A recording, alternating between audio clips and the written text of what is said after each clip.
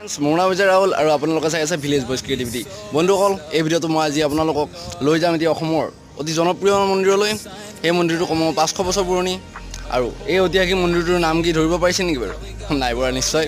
এনেকুৱা বাৰু অসমত বহুতো মন্দিৰ আছে আৰু মই আজি আপোনালোকক লৈ যাম দৰঙৰ এই মন্দিৰটোৰ নাম হৈছে খতৰা সত্ৰ।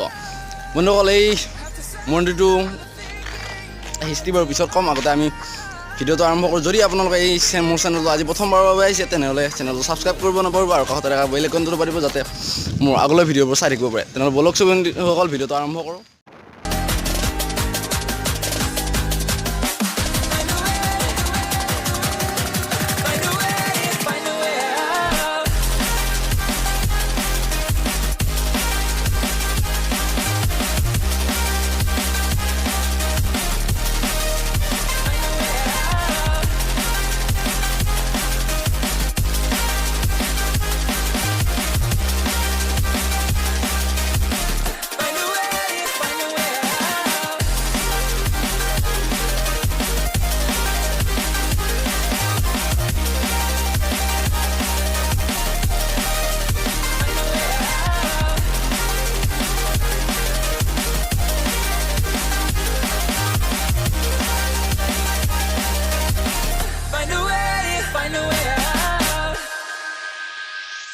বন্ধুসকল, আমি এতিয়া আছোঁ পাথৰঘাট পাইছোঁ। সেই পাথৰঘাটৰ আমি ইয়াত দেখিবলৈ পাইছে আপোনালোকে যে ইয়াতেই হৈছিলে কৃষকসকলৰ মৃত্যু। বহুত কৃষক শ্বহীদ হৈছিল ইংৰাজৰ হাতত। ইয়াত এই ঠাইৰ ৰাইজৰ কাৰণে বহুতো কৃষকে নিজৰ প্ৰাণ আহুতি দিছিল।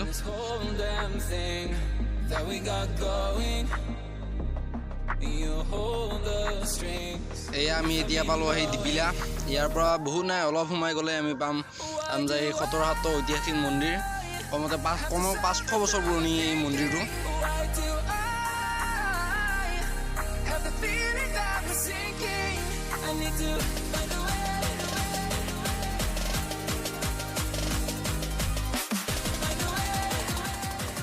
এয়া আমি এতিয়া পালোঁ আহি খতৰা সত্ৰ। আপোনালোকেও দেখিবলৈ পাইছে গেটখন, কি ধুনীয়া এটা পৰিৱেশ।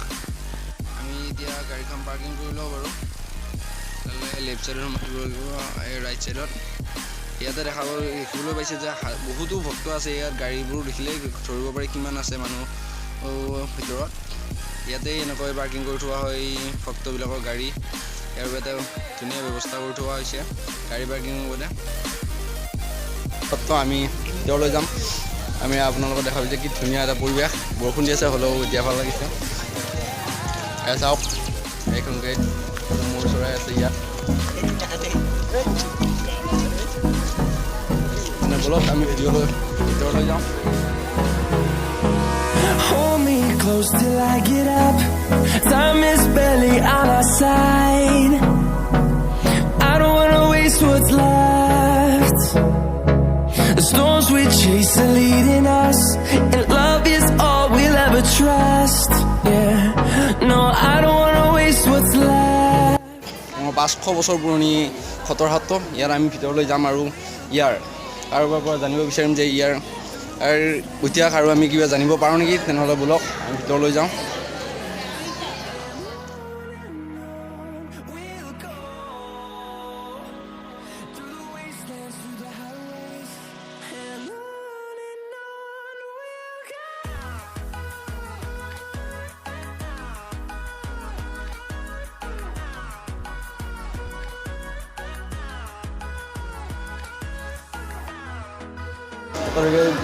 অলপ ব্যস্ত হৈ থকাৰ বাবে আমি কোনো লাগ নাপালোঁ যে নেকি আমাক ইতিহাসৰ কথা ক'ব। তথাপি আমি এই নিজে চাওঁ কিবা পাওঁ নেকি। ইয়াত লিখা আছে যে এইখনত বৰ্ডত আমি এইখনক আপোনালোকক পঢ়ি শুনাম। আপোনাৰ এনেকৈ হ'লেও হ'ব যে এনেকুৱা জৰুৰক আমি অলপ জানি লওঁ।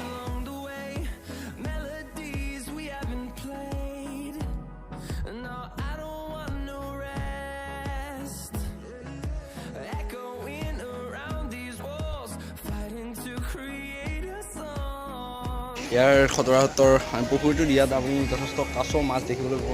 আৰু ইয়াতে কাছ ওলাই যাব নোৱাৰাকৈ এনেকৈ দি থৈ দিয়া হৈছে। তাত আপোনাৰ মাছৰ দেখিবলৈ পোৱা গৈছে অলপ চলপ। মাছ তাতে আছে, ইয়াত নাহে কাৰণ মই ভিতৰলৈ নাযাইছিলোঁ। হ'লেও বাৰু এপাক চাই আহোঁ ভিতৰলৈ। তাৰ পৰা আমি ঘৰ যাম। এতিয়া একচুৱেলি শংকৰদেৱে ইয়াত এই মন্দিৰটো স্থাপন কৰিব বিচাৰিছিল, কিন্তু ইয়াত ধৰ্ম প্ৰচাৰ কৰিব আহিছিল যদিও ইয়াত বহুতো অসুবিধাৰ কাৰণে ইয়াত ধৰ্ম প্ৰচাৰ কৰিব পৰা নাছিল। তাৰপিছত শংকৰদেৱে ইয়াৰ মাধৱদেৱক দায়িত্ব দিছিল ইয়াত ধৰ্ম স্থাপন কৰা, আৰু মাধৱদেৱে ইয়ালৈ পঠাইছিল গোবিন্দনাথক। তেখেতেও প্ৰথমতে পৰা নাছিল, বহুতো কষ্টৰ মূৰত এই সত্ৰটো স্থাপন কৰি উলিয়াইছিলে ইয়াত। আপোনালোকে দেখা পাইছে।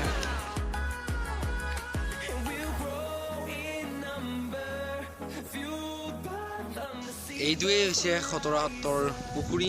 ইয়াত যথেষ্ট মাছ কাছ আছে, আমি ওচৰৰ পৰা দেখাব পৰা নাই, হ'লেও যথেষ্ট মাছ কাছ আছে। ইয়াত বহুতো পুৰণি কাছ আছে, যিহেতু আপোনালোকে জানে যে কাছ 500 বছৰলৈ, কমেও 500 বছৰলৈ জীয়াই থাকিব পাৰে। বহুতো পুৰণি আছে। এইটো হৈছে পাৰ্কিং এই মন্দিৰৰ। তেনেহ'লে আজিৰ কাৰণে ইমানেই, আমি আকৌ এটা নতুন ভিডিঅ' আপোনালোকক লগ পাম। ধন্যবাদ। মোৰ অসমবাসীলৈ মই মৰম যাচিলো, অসমৰে সন্তান হৈ ৰচনা ৰচিলো, মোৰ ৰক্তৰে ভৰা মোৰ গানৰ কলম, হলো অসমীয়া আমি চব জয় আই অসম। ঘূৰণীয়া পৃথিৱীখন ঘূৰি ফুৰি চাই নাপালো বিচাৰি ক'তো এনেখন ঠাই, য'ত বুকুৰ মাজৰে বৰ লুইত বৈ যায়, য'ত বেলি ডুবা লগে লগে দবা পায়, পিঠা পোনা পাণ তামোল নে গামোচা শৰাই, দিবা মৰম যিমান পাবা সিমান